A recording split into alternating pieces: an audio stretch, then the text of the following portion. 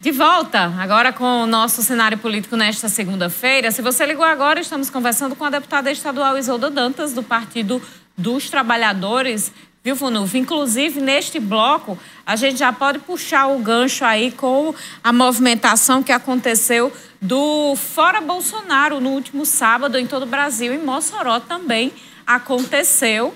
Então, queria, inclusive, já trazer esse assunto para a gente conversar com a deputada estadual Isolda Dantas sobre isso. A gente tem aí algumas imagens, né, Funuf? O movimento que aconteceu no último sábado. Pois é, Carol, o movimento aconteceu em Mossoró e em outras principais cidades do país. A gente vê aí a movimentação no centro da cidade, aqui, aí colocando justamente aquelas pessoas, né, que são contra o presidente da República. É um movimento nacional que aconteceu também apresentando faixas com algumas músicas, gritos aí contra o presidente da República.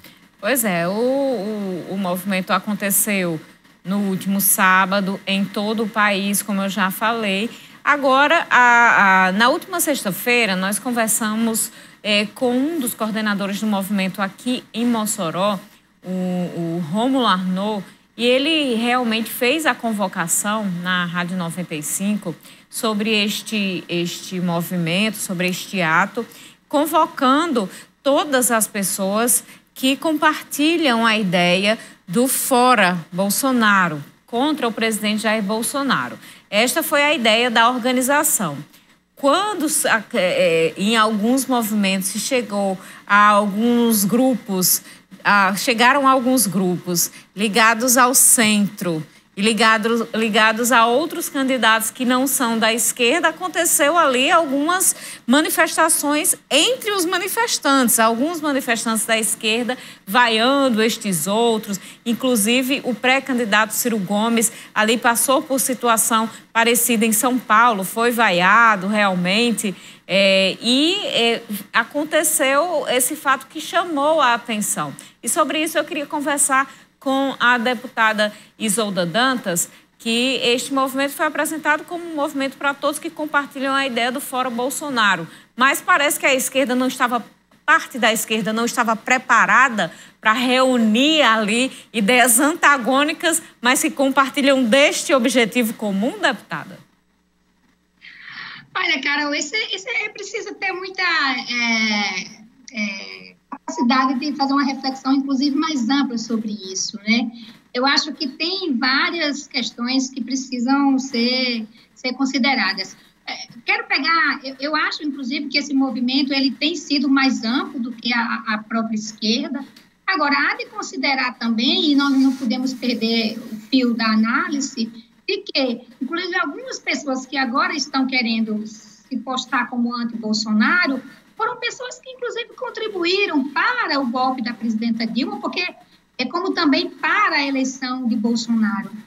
Na política, e eu sou socióloga e não consigo não conectar um processo no outro, até porque são conectados, o que está acontecendo hoje no Brasil, por exemplo, da perda de autonomia e de soberania que o nosso país está tendo, a vinda das nossas estatais, do aumento do desemprego, né?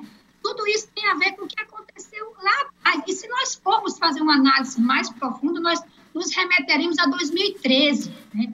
Mas vamos pegar, vamos ser mais sucinto, vamos pegar 2016, quando aconteceu o golpe da presidenta Dilma. Quando aconteceu o golpe, dizia que ia tirar o PT para melhorar o país. E essas pessoas concordavam, muitas delas concordavam que isso era fato, que tinha que tirar o PT para melhorar o país. Mas melhorar o quê? E não era nada disso. Nós sabíamos que não era. O golpe não foi no PT nem na presidenta Dilma. O golpe foi no povo brasileiro. Vamos olhar agora o que é o preço da gasolina. Aí querem nos convencer que o preço da gasolina é por causa do ICMS. O ICMS faz mais de 10 anos que não tem aumento. Inclusive, deputados e deputadas que ficam falando isso na Assembleia votaram a favor do aumento do ICMS aqui na Assembleia. Eu quero fazer esse debate aqui na Assembleia Legislativa. Vamos olhar como é composto o valor do preço da gasolina. A gasolina está subindo porque houve uma decisão política do presidente Bolsonaro de determinar que o preço ele ser feito pelo mercado internacional e não pelo controle interno, porque o que aconteceu? Nós estamos vendendo petróleo petróleo bruto em vez de refinar. Então, quando a gente vende barato e tem que comprar caro, é óbvio que o preço sobe. Então, esse conjunto do Fora Bolsonaro, ele não pode ser desconectado. Agora, é verdade que muitas pessoas estão arrependidas, fizeram uma análise equivocada, mas isso fica para as pessoas que não têm ou não tiveram participação direta no golpe. Mas nós tivemos movimentos, inclusive sociais, que estavam na frente pelo golpe da presidenta Dilma e para eleger Bolsonaro. E agora querem ser protagonistas do Fora Bolsonaro? E isso pode, inclusive, gerar como uma incoerência de nossa parte de se aproveitar de determinadas posições. Então, eu acho que precisa ser feito uma análise com muita maturidade. Nós temos que construir, não é só derrubar Bolsonaro, nós precisamos colocar no lugar do projeto de Bolsonaro um projeto que retome o povo brasileiro, principalmente o povo mais pobre que está desempregado no orçamento, né? Não pode ser qualquer projeto que entre no lugar. Pode ser um projeto que retome a economia brasileira, que retome a soberania, que inclusive reestatize um conjunto de empresas que foram privatizadas. Nós temos que defender isso. Então, nesse sentido, eu acho que é um movimento amplo. Aconteceu aí em Mossoró, aconteceu em Natal foi um movimento muito grande, aconteceu em Areia Branca, em Baraúna, né, em Currais Novos, em outros municípios. Mais de 200 cidades fizeram Fora Bolsonaro. Acho que é um movimento que ganha força, mas ele não pode perder o fio político, que a gente não possa, lá na frente, dizer, não, pode ser qualquer projeto no lugar de Bolsonaro. Não pode ser qualquer projeto no lugar de Bolsonaro.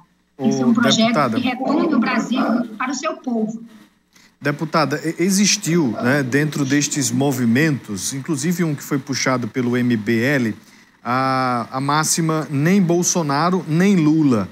Talvez aí com participação de membros do centro, né? Talvez esta organização que foi feita dias antes podem ter motivado, né, essa resposta, né, do final de semana, né, agora com essa movimentação do sábado. Mas uma outra questão, a senhora fala de coerência, né? Seguindo desse ponto, né? Como é que a senhora vê, né, analisa o quadro dentro dessa coerência, quando a gente observa, por exemplo, o presidente Lula visitando o Rio Grande do Norte e com conversas com, por exemplo, o MDB, né, que em nível nacional e em nível local está conversando e foi peça-chave no golpe, como a senhora fala, lá da caída de Dilma Rousseff.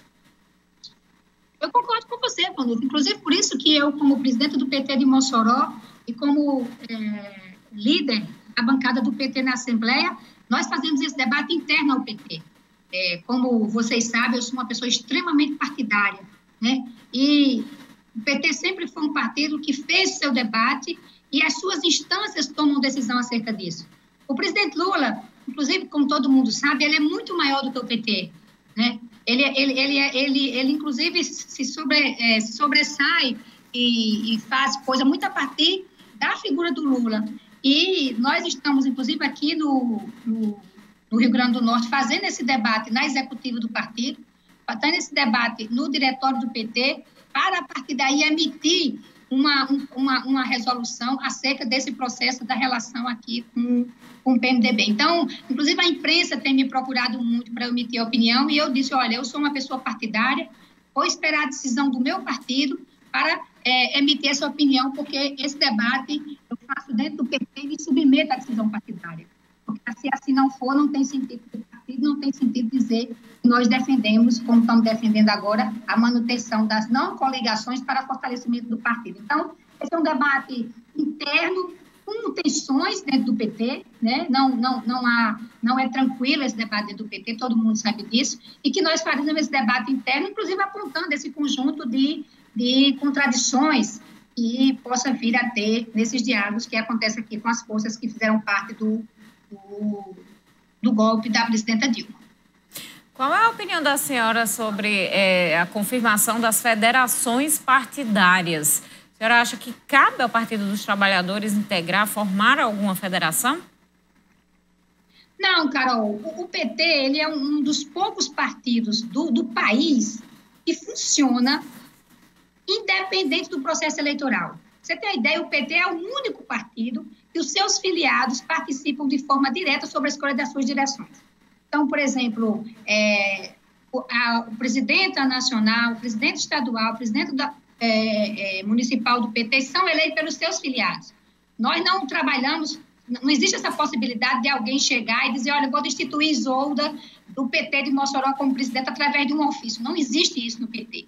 Né? Nós nos reunimos quinzenalmente, há reuniões da executiva estadual semanalmente, há reuniões bimestrais do diretório nacional. Então, nós funcionamos independente de haver ano eleitoral ou não.